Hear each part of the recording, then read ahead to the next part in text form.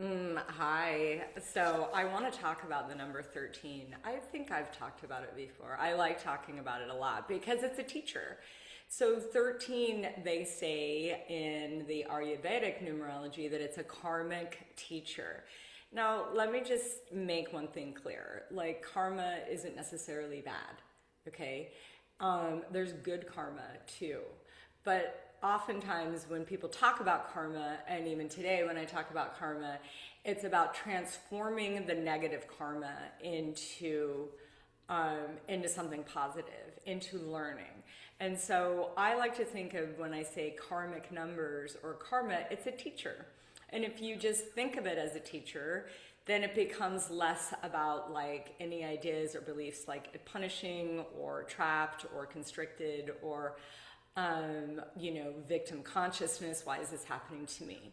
It's more like, what if we can ask, like, what can I learn here, and how can I use the 13 qualities and turn them into love? Because that's essentially what the 13 is. If we add the 1 and 3 together, we get the heart chakra. So the qualities of the 13, the deception, the betrayals, the lies, the manipulation, the gaslighting, those kind of narcissistic traits, like those can be alchemized into love. They're there to teach you how to love yourself and actually how to love your perpetrator, right, without losing yourself. And that's a big teaching, and it takes some practice.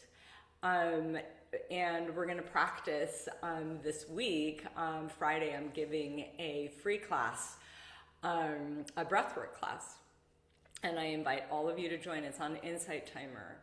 And we're going to use this breath and intentionally cut the negative thoughts. But not only the negative thoughts, because when we get hurt by somebody, when somebody has wronged us, when someone's betrayed us, often it goes in the subconscious, and we can develop a story and a belief about ourselves or even about the other person or other people that have nothing to do with that story.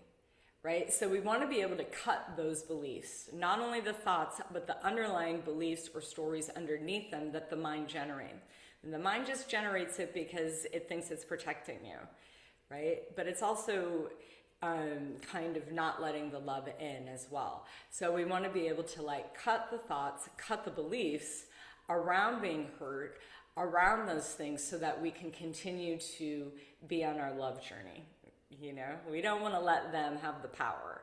And that was kind of like the 13 turns all of that negativity into your own personal power and your ability to love more. I love the 13 because of this, so I like to talk about it a lot. And why am I talking about it? Because on Friday, it's not the 13th, but I think it's April 4th. But when you calculate out the universal day frequency, it's a 13. And it's also the universal week frequency of 13. So we have that powerful vibration in there. And it doesn't necessarily mean that something, bad is going to happen to you, but it could mean that maybe you see through an illusion, you see where you're being deceived, or that you were being caught in something that you didn't really see before. And that's liberating, right? And then you can actually free yourself and free the other person, and so that you have, again, more spaciousness and love in your life to create and be how you want it to be. So I just wanted to extend the invitation. It's here in the email, and I would love to see you all, because these practices help so much to